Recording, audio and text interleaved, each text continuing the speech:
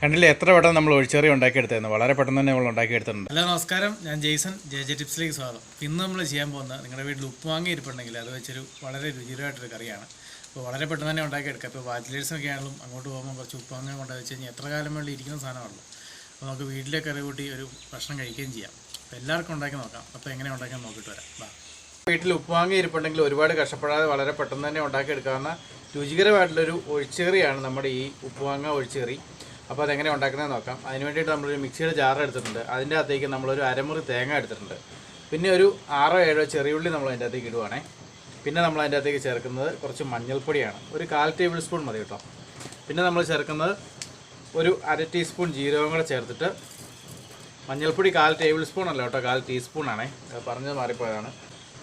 പിന്നെ നമ്മൾ അതിൻ്റെ അകത്തേക്ക് എരിവിന് വേണ്ട കാന്താരി മുളക് ഉണ്ടെങ്കിൽ ഏറ്റവും നല്ലത്, അല്ലെങ്കിൽ നമ്മൾ ഉള്ള കൊമ്പമുളക് ചേർക്കുക. നമ്മളതിലിപ്പോൾ കൊമ്പമുളക് ഉള്ളത്, അപ്പോൾ അത് നമ്മളൊരു 3 അല്ലെങ്കിൽ 4 ചേർക്കുക കേട്ടോ. അതും കൂടെ ചേർത്ത് കൊടുത്തിട്ട് ഇനി ഇത് കുറച്ച് വെള്ളം കൂടെ ചേർത്ത് നല്ല പേസ്റ്റ് പോലെ അരച്ചെടുത്തോണ്ട് വരണം കേട്ടോ. നല്ലപോലെ അരച്ചെടുത്തോണ്ട് വരണേ. അപ്പോൾ അതെല്ലാവരും നല്ല പേസ്റ്റ് പോലെ അരച്ചെടുത്തോണ്ട് വന്നിട്ടുണ്ട്. അപ്പോൾ നമ്മുടെ ഉപ്പ് വാങ്ങാക്കറിക്കുള്ള അരപ്പിടെ റെഡിയാണ്. ഇതിനെ നമുക്കൊന്ന് മാറ്റി വെക്കാം.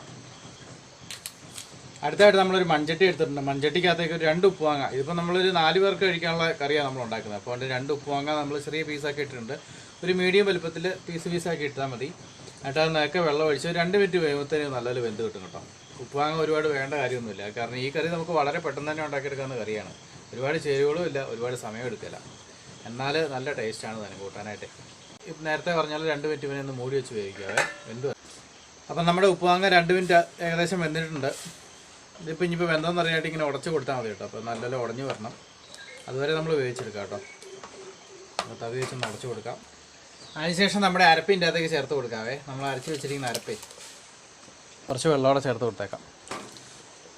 ചാറ് നിങ്ങളുടെ ആവശ്യത്തിന് ഈ സമയത്ത് കുറച്ച് വെള്ളത്തോടെ ചേർത്ത് നിങ്ങൾ എടുക്കുക കേട്ടോ. ഈ സമയത്ത് ഒരു തണ്ട് കറിവേപ്പിലയും കൂടെ ചേർത്ത് കൊടുക്കുക കേട്ടോ. എന്നിട്ട് നല്ലപോലെ ഒന്ന് തിളച്ച് വരട്ടെ. തിളച്ച് ആ അരപ്പും ഉപ്പ് വാങ്ങ എല്ലാം കൂടെ ഒന്ന് പിടിക്കട്ടെ. അപ്പോൾ ഇത് അത്യാവശ്യം തിളച്ച് വന്നിട്ടുണ്ട് കേട്ടോ. ഇനി നമുക്ക് സ്റ്റൗ ഓഫ് ചെയ്യാവേ. അടുത്ത നമ്മുടെ പരിപാടി എന്ന് പറഞ്ഞാൽ ഇതിൻ്റെ അകത്തേക്ക് നമുക്ക് വറവ് ചേർത്ത് കൊടുക്കണേ.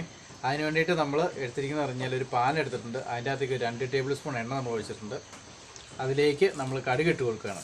ഒരു 3/4 ടീസ്പൂൺ കടുക് നമ്മൾ ഇട്ട് കൊടുക്കുകയാണേ.